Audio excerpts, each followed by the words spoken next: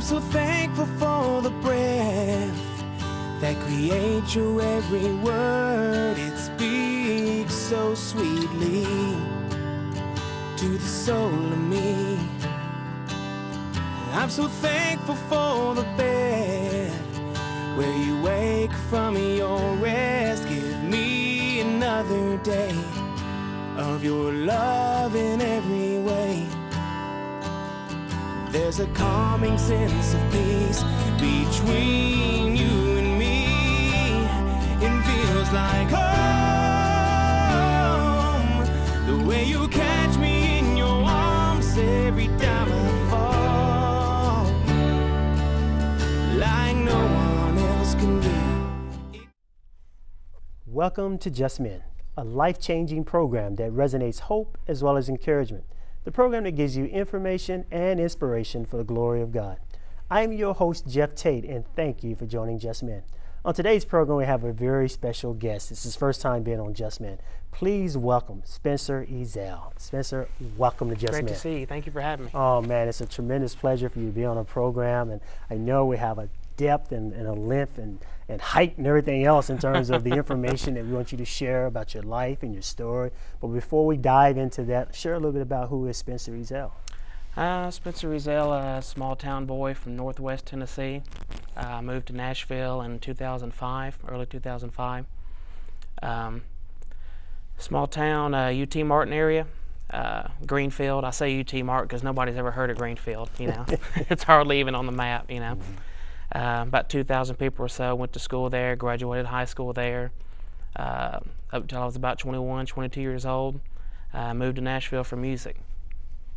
Wow. So, you know, a lot of people come to Nashville for music in terms of it. But what was the inspiration behind that, behind the scene, before you even got to this music career? And we'll talk a little bit about your music career in terms of songwriter, producer. But share a little bit behind the scene and your upbringing and what kind of put you on the pathway to music. Well, actually, the funny thing about that is my grandmother, grandfather, they both sang, played instruments. She plays piano, sings guitar. He played fiddle. They played in a band when they were younger, before my father was born.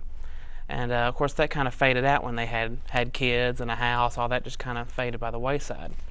But growing up, I never did see them perform, and it wasn't there, but it was always inside of me, you know. So I guess I was probably about 10, 11 years old in 5th grade. We did a musical play for the Disney film Aladdin, and I was just singing along, and the music teacher said, "Hey, you have a really nice voice. Maybe you could sing this lead part." I was like, "Well, okay," you know. Didn't think anything about it. But she went on and on and on about how good that lead part was, and continued to ask me the years following if I was going to do anything else with my music or anything. I said, "Well, you know, I was 13, really wasn't thinking about it, you know." She said, "Well, you really should." So I actually had a friend of mine who was playing some bass and starting to get into a little band with some of his friends. And so I said, that's a good idea. Maybe I could ask my dad for a guitar or something, you know, just so I could kind of fit in, you know. But it was funny not growing up with that, just how it all just kind of came together by itself and just kind of brought it out of me. Wow. You know, I know that you talked a little bit about that you're not only do you produce music, but you write music. Yes. Let's talk a little bit about that development part and what nurtured you, and how did you get into writing as well as singing? About the same time, I guess when I got that first guitar, I wanted to be a good guitar player. I just thought it was the cool aspect of it, you know. And of course, you know, well, my teacher said I could sing, so I guess I can try that, you know. So I'll sing and play guitar. And of course, the first 3 or 4 years of songs were kind of terrible, you know, just kind of honing in. Really no inspiration, just writing about anything, you know, homework, my pet parakeets, you know, just silly stuff like that. But I would say when I was probably about 18 or 19, started settling in and kind of writing about more specific things like love and heartache and stuff like that as well. That was kind of the origins of it. Yeah. What do you know about love and heartache? I mean, especially, and we'll talk a bit about the type of music and how would you classify your music.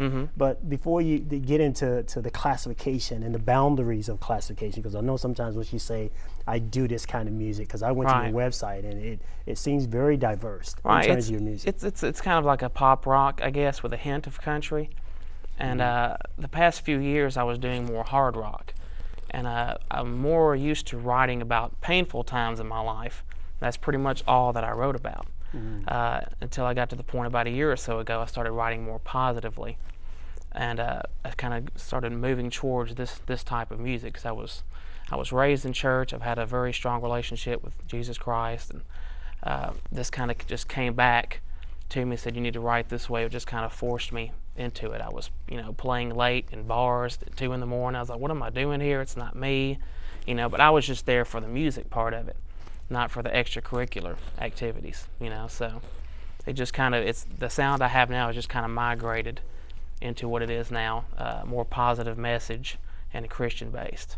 Wow, that's beautiful. I know that sometimes people think that the identification of Christian or going to church, that it insulates you from the pain of life, the difficulties of life, but yet all of it works together, and how it cultivates and produces, the light in you. Sometimes it's through the turmoil and the suffering that you become awakened, that it wakes you up and realize that. Talk a bit about that painful time in terms of you, still though you love music, but yet you're going through pain, and many times music is supposed to soothe a lot of that. It's been an incredible outlet, for sure. Yeah, so how do you, what do you go through, and how does music becomes that outlook? In those, because I know there's many men who watch our program that are in a very painful moment in their life. And they don't see the glimpse of hope, the glimpse of light.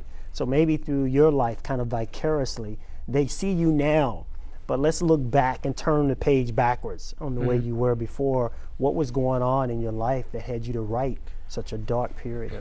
Well, mainly with the music, especially starting out, it was mainly more, about breakups with girlfriends and different relationships and stuff like that. Lost my dad at the age of 17 to cancer, and my mother and him, they divorced. I guess I was about 6 or 7 years old, and he pretty much raised me, so it was just me and him. And I'm actually a single father now, so it was kind of kind of strange that ended up being the same way. But he pretty much raised me on his own.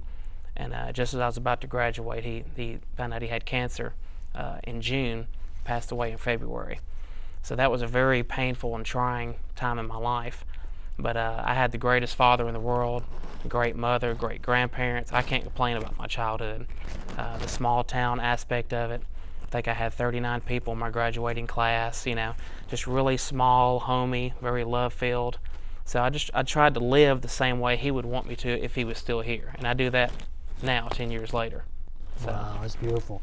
And reflecting on your father, and I think it's awesome that you would we appreciate your candidness and openness to talk about your father, and really to give a level of tribute to him in terms of your life and how you're lining up with his expectations. What is it that you've seen in your father growing up that you even maybe write about now, or you even sing about, or even attribute to that, what you've seen modeled in front of you as a father?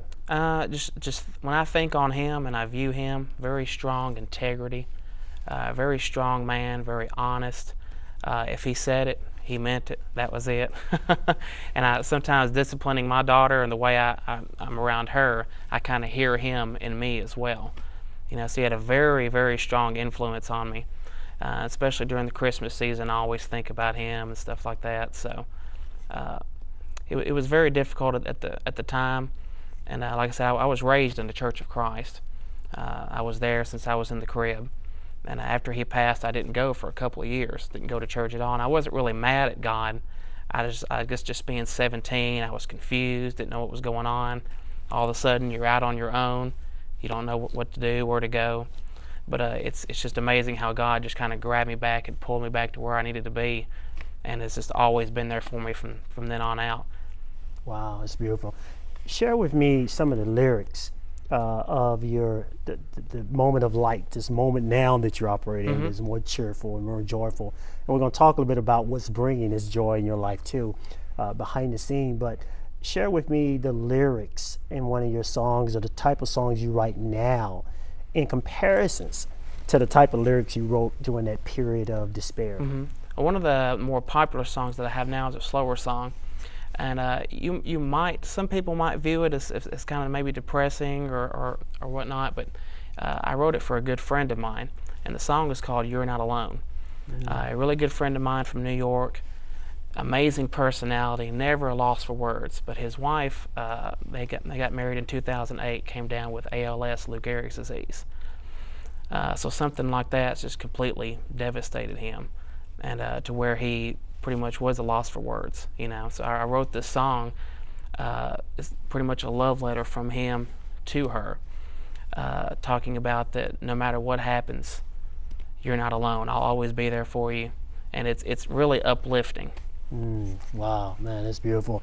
Now I know that's a vast separation from the way you wrote before in those type of songs.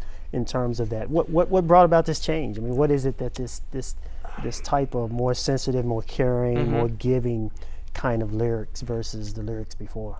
I would say mainly, like I said, I was doing the harder rock, and a lot of those lyrics were, poor me, or I'm gonna come get you, And I've been everywhere from New York to Florida performing, and like I said, a lot of the places were clubs or bars, and I'd be there at 1 or 2 in the morning. I performed 3 hours ago. I'm ready to go home, and it's late. I'm not there to drink. I'm just there for the music. And after doing that so many times, especially after my daughter was born, and having to take her to the babysitter so I could do this, I'm like, this is not me. And I just felt a really strong tug inside of me that this is not where you need to be. This is where you need to be over here. So it was a very slow transitioning process, and at the same time, I was going through a pretty nasty divorce, and which left me a single father. So my daughter needed me to be there for her. So I had to put what I had going on the side and kind of reinvent myself. And I owe a lot to her for kind of opening my eyes, and really showing me what true unconditional love is, and leading me in this new direction where I'm more writing about loving somebody or thank you for loving me, that kind of message. Wow, man, that's beautiful. I know that process of reinventing, same way in my life in terms of from darkness to light, that kind of awakening, and sometimes it was through my most trying time of my faith that I found that awakening through God, and though He's always there, in terms of that. And so it's so easier to live a life of joy and peace than it is to fall to the cave nature, caveman type nature, and always angry with everything else and not really accepting what is. And so what has been your test of faith, one of the most powerful period or awakening period of your life that really tested your faith? I would say the passing of my father was probably the biggest, especially at such a young age. If it were to happen now, I would have more of understanding. I have my daughter, I have my fiance, I'll be getting married soon, remarrying, and actually purchasing the house here soon. So have a lot of big things coming up, but at that time, just being 17, being confused, about to graduate, you already have enough to think about when you're 17. Where am I going to work? Who's going to pay the rent this time? So you already have all this going on, what I'm going to do with my life, and then this happens. So at that point, you're just like, what do I do? Where do I go now? And like I said, I'm so thankful that I had such good friends around me, good family, to just hold me when I cried and lead me in the right direction. And of course, the church background, I know God's been there for me through thick and thin, and He'll continue to be. I know He will. Is that part of the key? I mean, especially as a songwriter and a producer in your music, and maybe you'll even write about some of the things we're talking about, but is that part of the key in terms of when you are sort of reinventing yourself and especially going into a new relationship? You mentioned the word that you're engaged, and I understand the process of engagement, and I understand many times people are so infatuated with the wedding, but the marriage many times get put aside, and so I think it's a pivotal time maybe for you and I to talk about the new man that you are, this new creation, or the word talks about that you're a new creation in Him, in Christ. But here it is that you're going into a new marriage, a new relationship. How do you do that after going through what you went through and seeing the other side of how things did not work out? How do you move into this new area in your life? And with what mindset, may I ask? It takes a lot of strength, a lot of trust. There's several people that get hurt, get burned really bad, and the first thing out of their mouth, this is not happening again. I'm not going to get married again. I'm not going to date anymore. I'm just going to keep to myself, And you can't do that because you're missing out. You could be missing out on the greatest thing that's ever happened to you. And that's the way I feel now. I'm like, where have you been all my life? Why have I been wasting my time, Yeah. Wow. Man, that message right there. That's a song, you know that, don't you? That's a song, I'm working on it right now. But it's a message of redemption. It's a message of reconciliation. When we think about it, and you said your faith, and I don't mind sharing this, when you start talking about faith, when you start talking about Christ and the atonement, the reconciliation back to God through Christ and his atonement, it shows us how we can be born again and start over and start afresh. Right. As a brand new creation. Even though others still see us, I see people now and they see me and go, man, I can't believe that you have a love for God. Is that the same Jeff? Is that the same person? You might be the only Jesus they ever see. Yeah. So you always have to carry that with you. And just the one time that you do accept Christ and you are born again, that doesn't mean down the road that you might need to revisit yourself. It doesn't matter what age or where it's at, and just kind of reinvent yourself and say, look, I need to repent. I've went astray. I need to turn around and go the right direction from now on. Yeah, wow, that's beautiful. And that part that you said is very powerful, and that is always turn. I tell people, always turn towards God. I mean, no matter what you're going through, his arms is always open in acceptance. And I think that's been the most awakening and enlightenment part of my life when walk with him, is being that he's been there. Right. Being consistent. He neither slumber nor sleep, according to the word, and that's so powerful. And I say that to say what you just said about turning away from the things that are unlike him. Right. And really turning to him. Some people think it's a better deal away from him. And there might be some things that you enjoy, and like I said with the music, that's enticing you. Hey, come over here, but the stuff that comes with it, you may not have bargained for. Wow. Now share with me about one of your songs that really resonates in your heart as you go through this moment of change, this moment of newness. I mean, not only you're talking about a marriage that is bind, and you got a covenant with God between you and your wife, but then your daughter is also in that covenant, right, and part of that. What song that really captures it all for you in terms of this period in your life? On this most recent album, I wrote a song called Home, and I actually performed this at my church.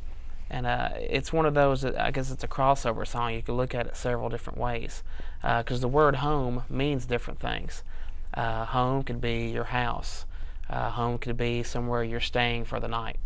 Home could be somebody you're with, just the mutual feeling of being somebody you enjoy being with. It feels like home. So that's one of the songs that's kind of embodied all of it. You could sing it to your wife. You could sing it to God. You could sing it to your children. Just being with you feels like home. Wow. I had to ask you that. I said, one of the things that many times people are on the program and they share that they are a songwriter, and they sing as well. And this song, Home, give me 3 verses or so, because your fiance is in the audience. Mm-hmm. You don't have to sing it to me, but obviously since you and I are on the show, but we know, because it's going to mean a lot, not only just for me, because I know your spirit. I mean, beautiful spirit, and I thank God that he's brought this transformation in your life, this newness in your life, but also this song. I want to hear some verses of this song and Home, because there's just a pull on me now to ask you that. So can you sing? Okay, how about a chorus? There you go. Hey, whatever they say, but hit me with it. It feels like home, the way you catch me in your arms every time I fall, like no one else can do. It keeps me warm like a blanket in the snow of a winter storm. Wow, that's beautiful. Man, that's beautiful. I tell you, boy, if we had a live audience, they'd be clapping and jumping and shouting and everything else. But I'm glad we don't. So then you and I can stay focused. That'll take up a couple That's of right, minutes, yeah. you know, here to standing ovation and all that stuff. But beautiful voice. I mean, I see that the power of God has just used you in so many ways in terms of transformation. What message do you have in your lyrics that seems to resonate most to you when you're writing? I would say, like you were talking about earlier, just kind of the resurrection of the man.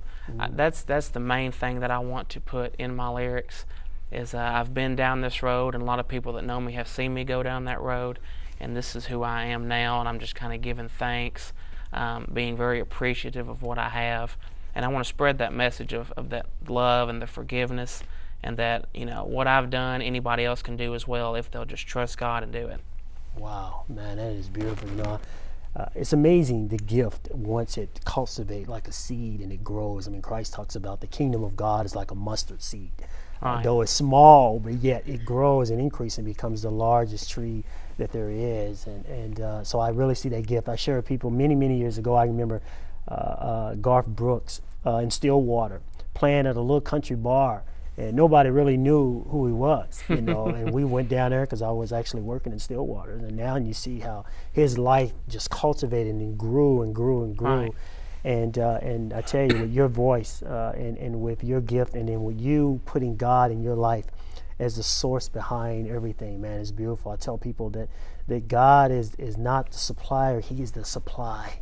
He is the supply. And many times we're looking at Him for a supplier, give me this, give me that, but Right. we don't want Him.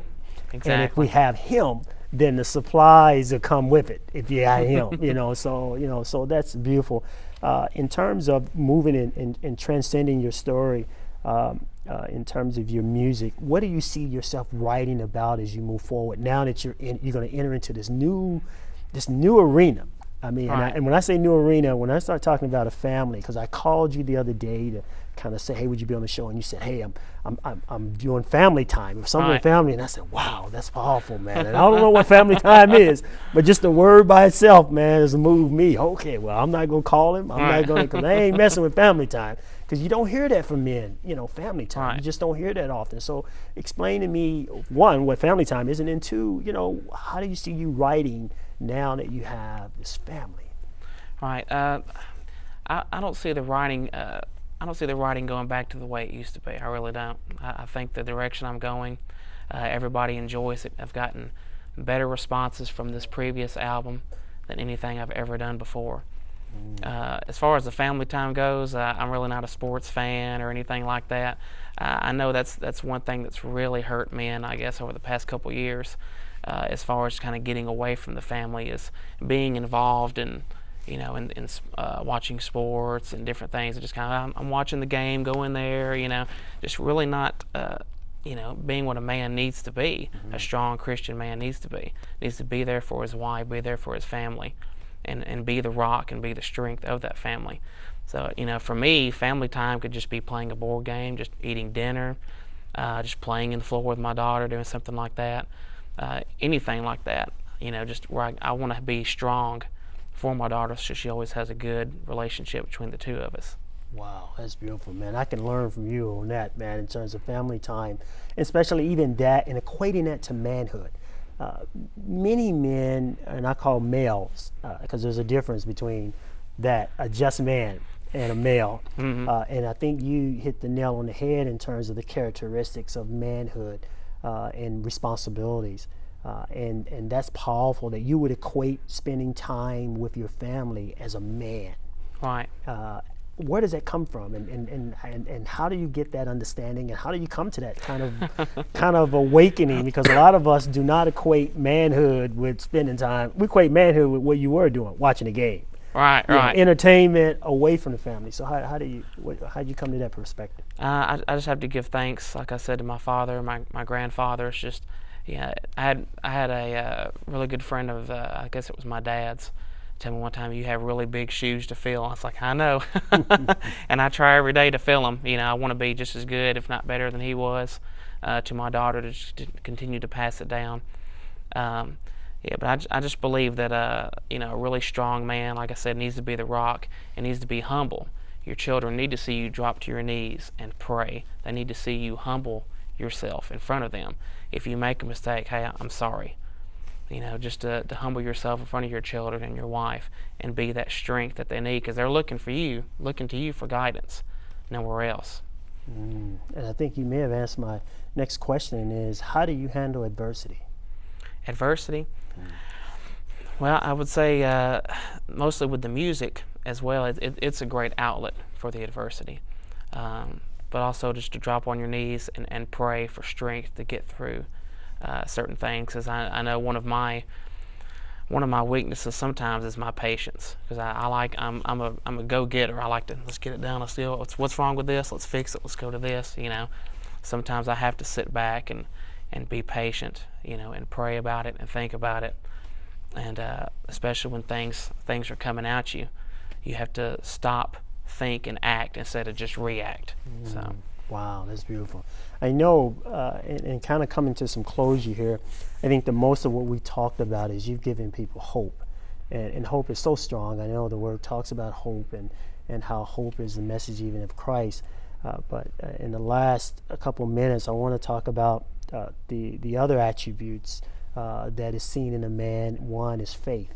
Talk to me a little bit about faith and how faith has moved you, or how faith has played a part in your life. Right. I think faith is one of the strongest things that any Christian, especially a Christian man, can have. Because aside from being the strength and the rock of your family, sometimes you do get scared. Sometimes you do get worried. And you have to know that your Father is always there. No matter what, He'll always be there for you. I lost my father at a young age, but I still have my Heavenly Father. I still have one or two friends from kindergarten that are still my friends today. But Jesus will stick to me closer than a brother, is what the Word says. So even if I lost those very important people, I know that God will be there for me. Wow, that's beautiful. And that's the confidence and the faith right there, 100%. Yeah, the Word says without faith it's impossible to please Him. And I tell you, bringing closure in our last minute, share with me on your heart. The most significant part is love. And when you talk about love, also include in there forgiveness. How important love and forgiveness is in your life. Absolutely. The Word says that if you can't forgive, God can't forgive. And I don't think that's, you know, a father smacking you on the hand. I think He's trying to teach you. Because if you're angry at somebody and you hold a grudge against somebody, you're only hurting yourself. You're battling that within yourself. Even if you don't talk to that person for one reason or the other, you can forgive them in your heart and still love them. And then finally, love. And love, nothing can break true love. That's for sure. And I really owe a lot, like I said, to my background, my parents, my grandparents, a lot of the close friends, and now my fiance and my daughter. You know, have just shown me unconditional love. I don't care who you are, where you've been. You're my daddy, you know, give me a hug. And I know, you know, God looks the same way upon me. He doesn't care where you've been or what you've done. He's just glad you're home, you know, to come to me. Wow, home. I love that. Stay focused. Wow. Man, awesome. Thank you, brother. Awesome. Thank you.